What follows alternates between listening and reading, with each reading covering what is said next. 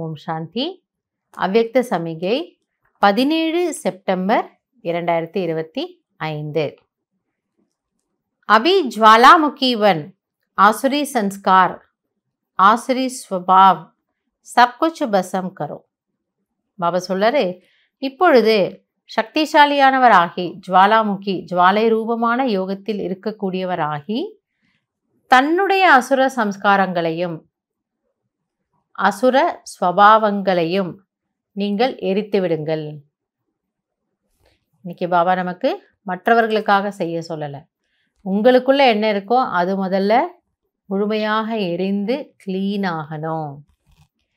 जैसे देवियों के यादगार में दिखाते हैं कि ज्वाला से असुरों का संहार किया.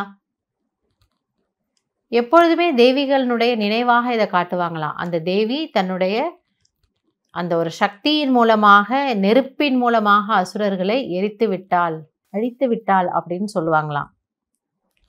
அசுர் கோய் வியக்தி நகி. பாபா சொல்றாரு, அசுரர்கள் என்பது யாராவது ஒரு ஆளா? அது போல தலையில ஒரு 2 கொம்போட, வாயில இப்படி 2 பல்லோட, இப்படியெல்லாம் முடிய வச்சுக்கிட்டு அப்படி யாரும் இல்லையே. லேக்கின் ஆசுரி சக்தியோं को खत्म किया. ஸோ அந்த தேவிகள் அசுரர்களை அழித்தார்கள் அப்படிங்கிறது, அசுரர்கள்னு வெளியில மனிதர்கள் அப்படி யாரும் இல்லை, அசுரர்களாக அந்த ரூபத்தில் இல்லை. அதனுடைய அர்த்தம் தனக்குள் இருக்கக்கூடிய அசுர குணங்களை அழித்தவள். ये अभी आपकी ज्वाला स्वरूप स्थिति का यादगार है. ஆக அது எதனுடைய நினைவு சின்னம்? நீங்கள் இப்பொழுது அந்த ஜுவாலா ரூப நிலையில் இருப்பதினுடைய அடையாளம்தான். அவர்கள் அப்படி காட்டப்பட்டுள்ளார்கள். अब ऐसी योग की ज्वाला प्रज्वलित करो जिसमें यह कलियुगी संसार जलकर भस्म हो जाए. பாபா சொல்றாரு, இப்பொழுது நீங்கள் அந்த அளவிற்கு யோகத்தை சக்தி நிறைந்ததாக ஆக்குங்கள், அதில் இந்த பழைய கலியுக உலகம் எரிந்து பஸ்மமாகட்டும்.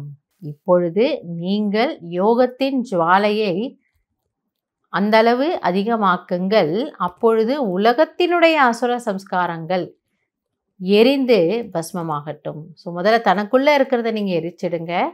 இன்னும் அதை பவர்ஃபுல்லாக ஆக்குனீங்கன்னா உலகத்தினுடைய அசுத்தங்கள் அழிந்துவிடும்.